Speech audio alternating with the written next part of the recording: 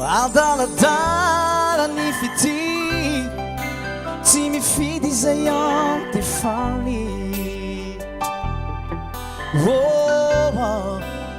yeah. Olony iray efa mana tompo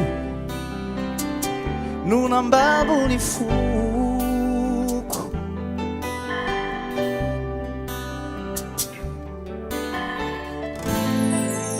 nangalarana trany ny fiaranay vao maika mano tsisy oatrany mifankatitsiko izakaivo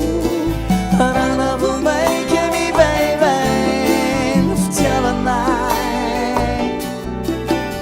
mami mami mami mifankatitsiko izakaivo tsinonarana sany tsy azo atao tsy azo atao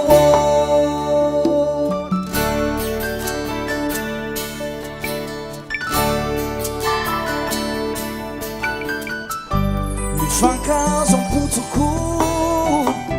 nafaly naory mifanakando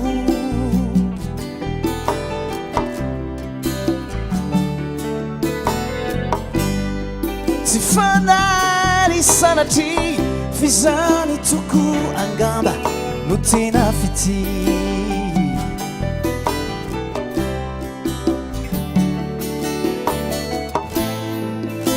zareo mpivady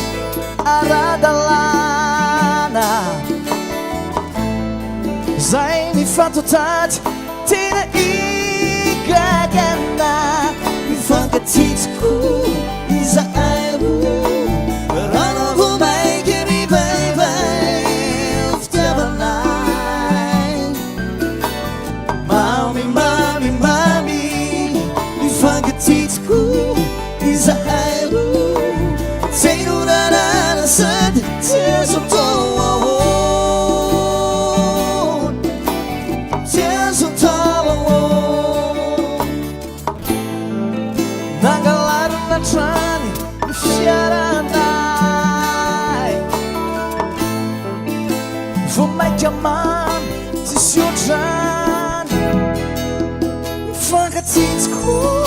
izakaivo rana vao maika mivaivay fitiavanay mami mami mami mifankatsitsiko